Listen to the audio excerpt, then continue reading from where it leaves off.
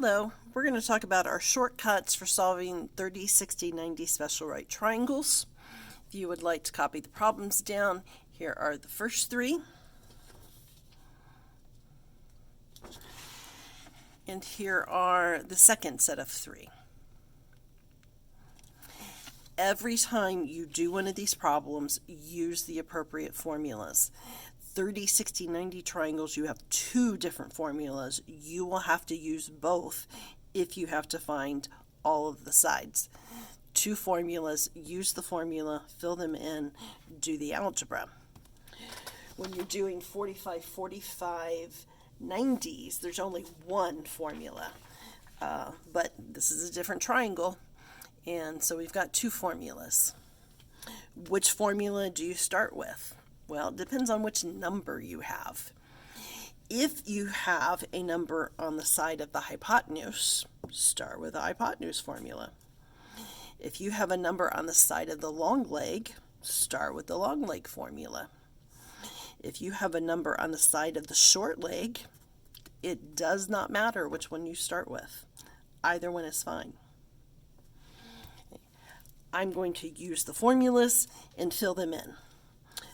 Every single time, the length of the hypotenuse is equal to 2 times the short leg. The length of the long leg is the length of the short leg times square root of 3. Every single time for every 30, 60, 90 triangle. Okay, I'm going to jump around. I'm going to start with the middle one because it starts with the short leg. In this case, the short leg is 5, the hypotenuse is x, and the long leg is y. In fact, just to make this a little bit clearer, so you don't have to stop and think, I'm going to mark every hypotenuse. I'm going to highlight it just to make this a bit more of an automatic process. Okay, so number 2. The hypotenuse is x. I need the 2 times the formula, and the length of the short leg is 5. Remember, the short leg is across from the small angle. There's no number there, but we can do the arithmetic. Angles add up to 180. So 90 and 60, this would need to be 30. Small angle across from small side. Fill in the formula. Do whatever it takes to solve. X is already by itself, so I just have to do 2 times 5 is 10. What you have to do to solve the equation depends on the equation. That's where your algebra skills come in. The geometry part of this is take a formula, fill it in, do the algebra. To find the long leg on this one, fill in your formula. The long leg on this one is y. My short leg is 5. And I need the times square root of 3 from the formula. Y is already by itself. There's nothing to simplify over there. That's my answer. The only thing I could do, I put a dot there for times. We don't really need that. I could just put 5 square root of 3 and that has the same meaning. But in both cases, I use the formula. I fill in the blanks. These were kind of nice because the variable was already by itself. I just had to do a little simplifying. Use the formula, fill in the blanks, do the arithmetic or the algebra. Number 1, I'm going to fill in the blanks. Hypotenuse is 12. That's the only side that has a number. That's the formula I want to start with. Hypotenuse is 12. I got a 2 from the formula. The short leg is the x because it's across from the 30-degree angle. Not because it's on the bottom. Notice that all these triangles are oriented the same way. My short leg is going to be on the bottom, but these can be rotated or reflected. It does not have to be the bottom leg. It's the one opposite the 30-degree angle. I'm going to keep it filling in formulas here. So I have a number on hypotenuse, start with hypotenuse. Number 3, I have a number on the long leg. I'm going to start with that formula. Long leg is 4 radical 3. My short leg is x. I need the radical 3 from the formula. Number 4, I've got a number on the long leg, so I start with the long leg formula. The long leg is 9, my short leg is x, and I need the radical 3 from the formula. Number 6, I have a number on the hypotenuse. I start with the hypotenuse formula. 13 equals, I need the 2 from the formula, and the short leg is x. Those are the equations I start with. Notice I jumped over number 5 because since I have the short leg, it doesn't matter which one I start with. We'll come back to that. Okay, number 1, I filled in the equation. Number on the hypotenuse, start with the hypotenuse equation. Do your algebra, whatever it takes to solve. In this case, x has been multiplied by a number, so you have to divide. And x equals 6. We'll come back to that. Number 3, you have to solve for x. X has been multiplied by a number, you have to divide. And in this case, radical 3 divided by radical 3 makes a 1, and 4 times 1 is just 4. We will come back to the other part. Number 4, I started with the formula for the long leg because that's the number I had. X has been multiplied by a number. To solve your equation, you must divide. And x equals this number. So not as nice as the last one, but it's the exact same step. Have an equation that's multiplied, you divide. This one's a little different because to put it in the correct form, let me come over here where I've got more room. 9 radical 3. I have to rationalize that denominator. So I get 9 radical 3. Radical 3 times radical 3 is the square root of 9, which is just 3. And I can simplify that fraction. 9 divided by 3 is 3.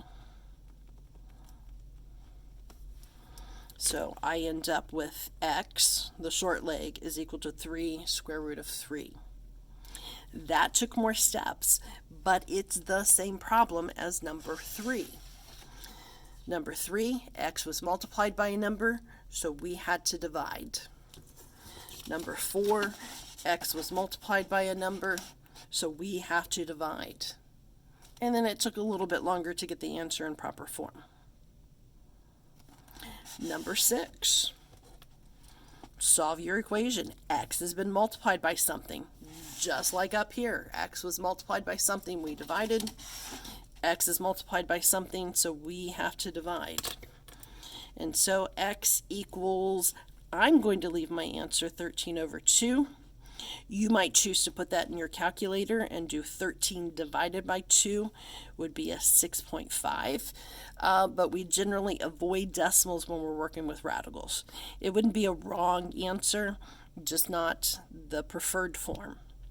So if you have x equals 6.5, that's fine. I'm going to leave mine x equals 13 halves, or 13 over 2. Okay, we have done half of 1, 3, 4, and 6. Whatever number you have, hypotenuse or long leg, put it in the right formula, solve the equation. And then once you have that, you can go back and do the other equation. So back to number 1. I added 12 on the hypotenuse. I started with the hypotenuse formula. Now that I know the short leg is 6, I can do the other formula. Long leg is y. My short leg is now 6. I don't want to put an x there. We want to avoid two variables in the same equation. So short leg is 6, and I need the radical 3 from the equation. Oh, look at that. Y is already by itself. I can't simplify that radical. We're done with that one. Number 3. I started with the long leg formula because that's the number I had to work with. So I'm going to go to the other formula and fill that in. Let's see. Let's use our value down here. X equals 4. So I'm going to just list that there. So when I fill in my formula, hypotenuse is y.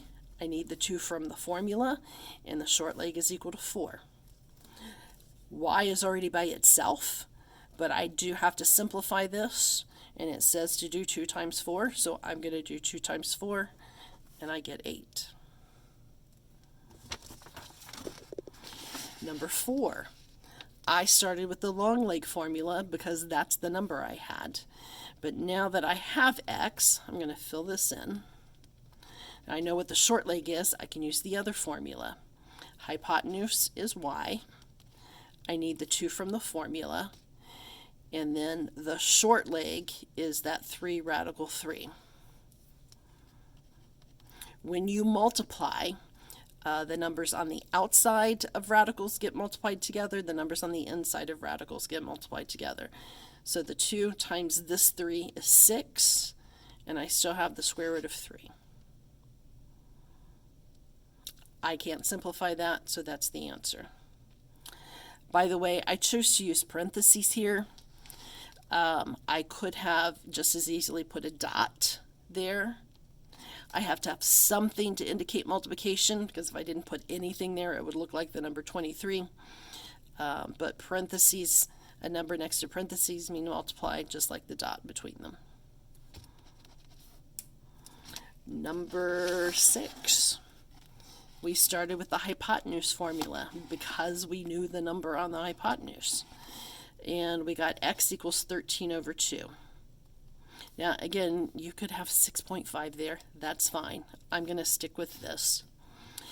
The long leg, so I come to the other formula now. Long leg is y. My short leg is 13 halves times radical 3 from the formula. I'm done, essentially. Y is by itself. I can't really simplify that.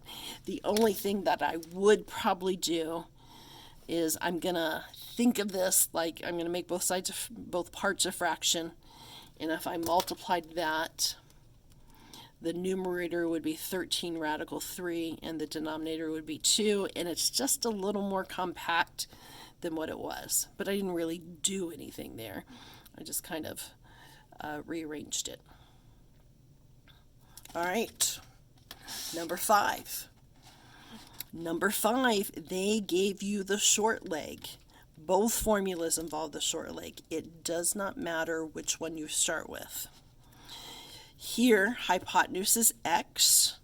Down here, the long leg is y. Fill in your formulas. This one, I need the number 2, and then I need that times the short leg. This one, I need the short leg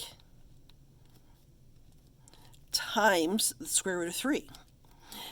The short leg had its own square root of 3, but I still need the square root of 3 from the formula. Fill in the formula, do your algebra. So on this first one, I have to multiply those together. So the numbers on the outside, 2 times 15 is 30, and I still have radical 3. And this one, I've got two numbers on the inside. So I'm going to think square root of 3 times square root of 3 is the square root of 9, but the square root of 9 is 3. Now I've got two numbers with no radicals, so I can simplify those. 15 times 3 is 45. Every single time, use the formula, fill in the formulas, do the algebra. The geometry part of this is knowing the formula. Everything else is algebra. Okay, again, here is number 1 through 3.